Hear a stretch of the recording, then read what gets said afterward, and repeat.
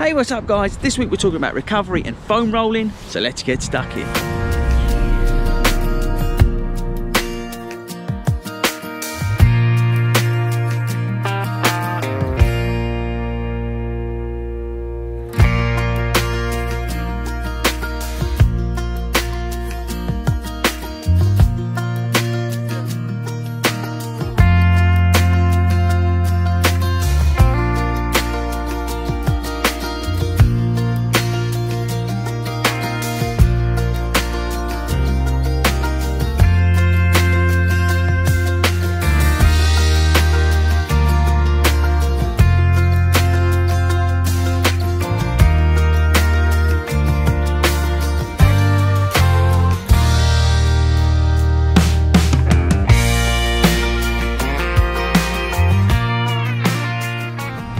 What's up guys, and welcome back to the channel. This is my Manchester and London Marathon training series, well, kind of series.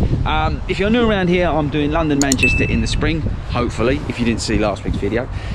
Firstly, actually talking about last week's video, I just want to say thanks very much to every single person that commented, wished me well, messaged me, wished me well, in the Facebook groups, wished me well, all that sort of stuff. It was amazing. It really made a huge difference because I was really down last week. I've been struggling with this hamstring for like 2.5 weeks, something like that, and it really went sort of belly up last week, and I was really struggling sort of mentally how to cope with it because I was panicking and all that sort of stuff, and you guys really picked me up. So thanks to everybody, to everybody who commented, all the subscribers out there, and if you've not subscribed, don't forget to. But everybody, I really did appreciate that. We're going to be talking about foam rolling in a minute. Monica, who's my osteo, and I've seen her this week obviously because of the injury. I said to her about foam rolling because I don't know about you, but I don't really know what I'm doing. She told me to foam roll and all this sort of stuff. I have no clue. So she's done a little video for us, so I'll get to that in a minute. But firstly, I wanted to give you an update. Right, so this week, well, yeah, so where do you start? Well, I think you saw probably from the B-roll that basically this week I've been on a non-running week. After I did the video last week, I sort of tried to get my brain into gear. And I spoke to a few people like Michael and Billy, and I kind of got my head around what's going on. So firstly, with regards to the injury, I thought it was a grade 2 tear, because on the back of my hamstring I had all this bruising coming out, and it really freaked me out. I've not had any bruising like that come about on a hamstring or anything like that before, and I've done some stupid stuff in the past, but yeah, that kind of freaked me out. So, and I was hobbling around, so I thought I had a grade 2 tear.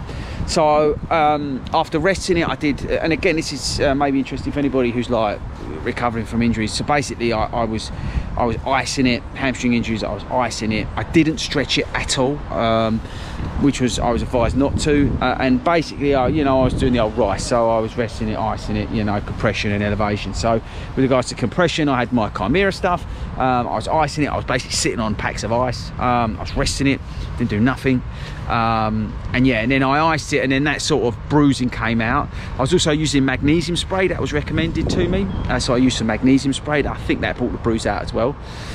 So yeah, so then I went along, saw Monica because I was freaking out, and she said no, it's not a grade 2 tear. It doesn't look like one. Obviously she's not scanned it or anything like that, but from the movement that I had and the pain sources, it doesn't. So it looked like the sort of, let's call it micro tears, or the damage I'd done is at the top of my hamstring towards the glute where they connect, and she was showing me on the maps or the body. I had no clue, but basically that's where it was. So that's where the discomfort has been. Rested it all week, done nothing, literally nothing. And then on, where are we, Friday, I went out and I did a first walk, and that sounds silly, but it's quite, I've not been able to walk without limping this week. So I went and did a walk. It was 2 kilometers. I did that and it felt okay. So after that, I then hit the pool. So I did an hour in the pool, very gently on it, nothing stupid. And touch wood, it's feeling a little bit better. I was going to do the big half. I'm not going to be doing the big half on Sunday, tomorrow. So I'm now going to be up there. But I'm going to be filming and stuff like that and seeing the guys from the Fordy Runs running club and community, because we've got about 5 million of us doing it. So I'm going to be up there and doing that. So that's going to be awesome. And then I'm going to start, as hopefully you saw in my 6-week plan, come Monday, I'm going to gently go back into it. And I'm hoping and I'm praying that when I do start, that it's going to be okay. And I think that's all I can do. Just go back in gentle and see what happens, and that's really all I can do, and try and get to the start line. I don't think it will be 100% when I get there. I think I'll probably be about 80%, because but even at 80%, as long as I can get on the start line and have a go, that's all I want to do. Because how I was feeling last week, I thought it was all over. I really honestly thought it was all over. I was in a right old mess. So again, big thanks to everybody this week. It's really made a big difference up here for me, because I say, and not running this week, oh my God, I've been a mess. So I'm hoping Monday I'm going to be able to run. So let's see. What was the other thing I was going to say to you? So yeah, so that was it really. So yeah, so that's all good news. I'm back in the right frame of mind, which is awesome, and I'm just hoping that Monday works. Yeah, Monday's run works out. Check in next week, we'll see how we got on. So yeah, foam rolling. Let's go over to Monica, because she's got some awesome tips, and it's a real short video, but I think it's really helpful, because I don't know about me, but if you're like me, I have absolutely no clue about foam rolling. One is to do it little and often. You'll get far greater benefit from doing 5 minutes every single day than doing half an hour once a week. I keep one in front of the telly so that when I'm watching something in the evening, I can just spend a few minutes working on my legs. The second tip is to go slow and steady. The reflex mechanisms within the muscle fibers respond to slow, steady pressure. So if you're going really fast and vigorously across your muscles, your body and your brain is going to see that as a threat, and it's not going to feel very nice, and it's not going to be very efficient. The third tip is to use your breath.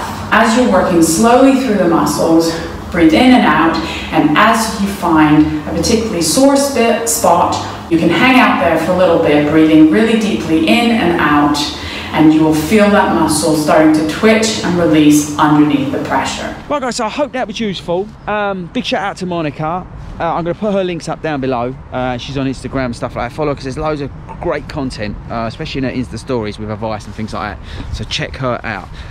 But yeah, so the only other thing I would say is some of you probably are feeling absolutely knackered right now and really tired right now, and you're probably losing your mojo, fed up of running and all that sort of stuff, thinking how you're going to do it, how you're going to get there. That's normal. It's this time, especially if you're doing London, that you're going to be feeling really tired. Just make sure you're eating the right stuff, you're hydrating, you're resting, and let nature take its course. Believe in the plan. You will get to the start line absolutely fine, and you will cross the finish line, trust me. So don't beat yourself up if you're feeling really low, or you're feeling absolutely tired this week and next week, and because you're hitting big miles now. So don't panic is my message, and that's really another message that I want to give you this week is not to panic. You are going to feel tired. It's totally natural. This is when you're going to feel tired. You're going to be coming out the other side soon. But that's it from me. I'll catch you guys next week.